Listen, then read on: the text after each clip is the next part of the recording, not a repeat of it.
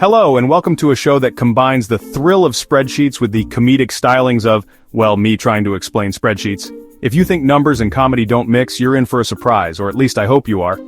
Today we're diving headfirst into the world of global wealth distribution. Yes, the very topic that makes economists excited and everyone else yawn. But don't worry, I've got a few tricks up my sleeve to keep you entertained. It's a topic that's as dry as a week-old baguette, but hopefully, with enough jokes and questionable accents, we can make it at least as palatable as a slightly stale croissant. Imagine biting into that croissant and finding a hidden gem of humor inside. That's the goal here. We'll be visiting the richest countries, the ones where even the pigeons seem to have trust funds. You know, the kind of places where a pigeon might just drop a gold nugget instead of, well, and examining how their political leanings, whether they're hugging the right or flirting with the left, impact how the pie of national wealth is divided. It's like a political soap opera, but with more charts and fewer dramatic pauses. Is it a fair fight between those who eat cake for breakfast and those who consider instant ramen a fancy dinner? Spoiler alert? Not really. But the contrast is so stark, it's almost like watching a reality TV show where the contestants are unaware they're being filmed, but stick around, because the journey to that unsurprising conclusion is going to be a wild ride. Think of it as an economic roller coaster, with all the ups and downs, twists and turns, and maybe even a loop-de-loop or two. So, buckle up, grab your tiny violins for the impending tales of economic disparity. Yes, those tiny violins you play when you hear about someone's first world problems. You might need them. And don't forget to subscribe and hit that notification bell. Because nothing says, I care about global wealth distribution like a thumbs up and a bell icon. It's the least you can do after I spent my week wading through economic data instead of, living my best life. Seriously, I could have been at the beach, but no, I was here knee-deep in spreadsheets just for you. So, show some love. And if you find yourself chuckling, even just a little, remember that laughter is the best way to digest all this heavy information. So, let's laugh our way through the complexities of global wealth, one joke at a time. By the end of this, you might just have a light bulb moment where everything clicks, and you understand the intricacies of wealth distribution. Or at the very least, you'll have a few new jokes to share at your next dinner party. So, share this video with your friends, gather around, and let's make global wealth distribution the hottest topic of conversation. Who knew economics could be this much fun? And as we wrap up, remember, the world of wealth distribution is vast and complex, but with a bit of humor we can navigate it together. Until next time, keep laughing and keep learning. First up, the good old US of A, a nation built on the radical notion that anyone can become obscenely wealthy if they work hard enough, have a few lucky breaks, and, oh yeah, maybe inherit a small fortune from their great Aunt Mildred. Now, America loves to lean right, politically speaking. They're practically doing the conga line with trickle-down economics, convinced that if you shower the wealthy with enough tax breaks, the benefits will eventually trickle down to the rest of us. It's a lovely sentiment, like believing in unicorns or that your cat actually enjoys being dressed up in that tiny tuxedo. The reality, however, paints a slightly less whimsical picture. Let's talk about the American dream, shall we? That shining beacon of hope that promises prosperity and success to anyone willing to put in the effort. It's that beautiful, aspirational notion that anyone, regardless of their background, can achieve success through hard work and determination. It's the idea that has fueled countless late-night study sessions, grueling work hours, and endless perseverance. This powerful idea has lured generations to American shores, each hoping to grab their slice of the proverbial pie. Immigrants have arrived with nothing but dreams in their pockets, believing that America is the land where dreams come true. But here's the kicker. That pie? It's not exactly being sliced evenly. In fact, it's more like someone took a chainsaw to it, hacked off a giant chunk for themselves, and then handed out the remaining crumbs with a condescending pat on the head. Imagine a scenario where the wealthiest individuals are taking the lion's share, leaving the rest to fight over the scraps. It's a stark contrast to the idealistic vision of equal opportunity and fair distribution. The wealth gap in America is about as subtle as a screaming toddler in a library. It's glaringly obvious and impossible to ignore. The disparity between the rich and the poor is widening at an alarming rate. The richest 1% are basically swimming in money, Scrooge McDuck style, while the rest of us are left scraping by, wondering if we can afford both rent and, food this month. It's a daily struggle for many families balancing the cost of living with basic necessities.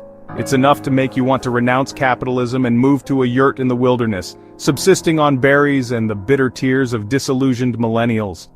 The frustration and disillusionment are palpable, as more and more people question the fairness of the system. Across the nation, voices are rising in protest, demanding economic justice and fair wages. Communities are coming together, supporting each other in the face of adversity, and fighting for a more equitable future. Despite the challenges, there's a glimmer of hope. People are resilient, and the spirit of the American dream, though battered, is not entirely broken.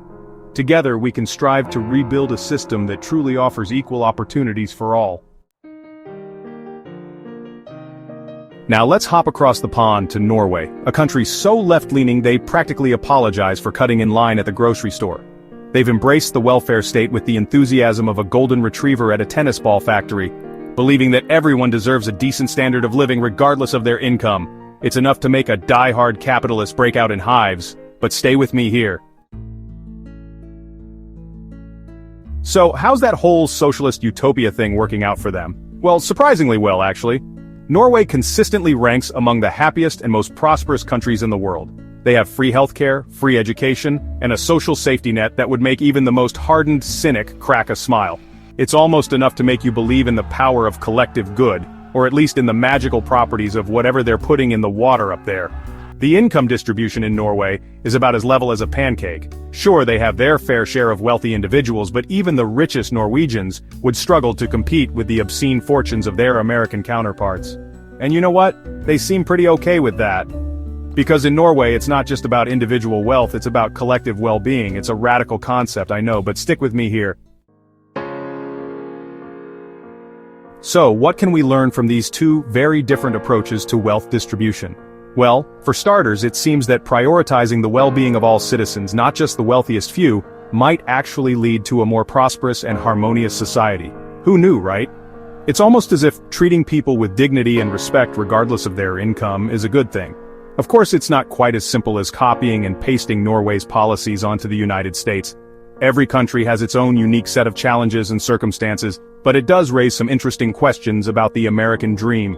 Is it truly attainable for everyone, or is it just a cruel illusion, dangled like a carrot on a stick in front of the masses while the elites hoard all the actual carrots?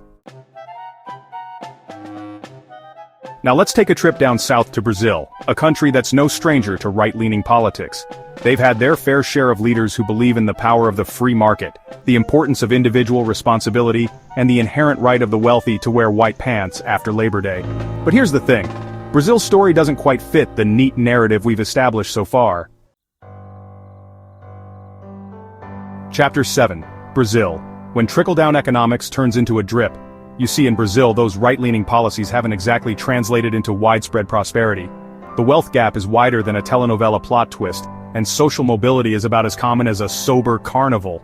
It's almost as if those trickle-down economics everyone's so fond of have sprung a leak somewhere along the way. So, what's the deal? Well, it turns out that context matters a lot.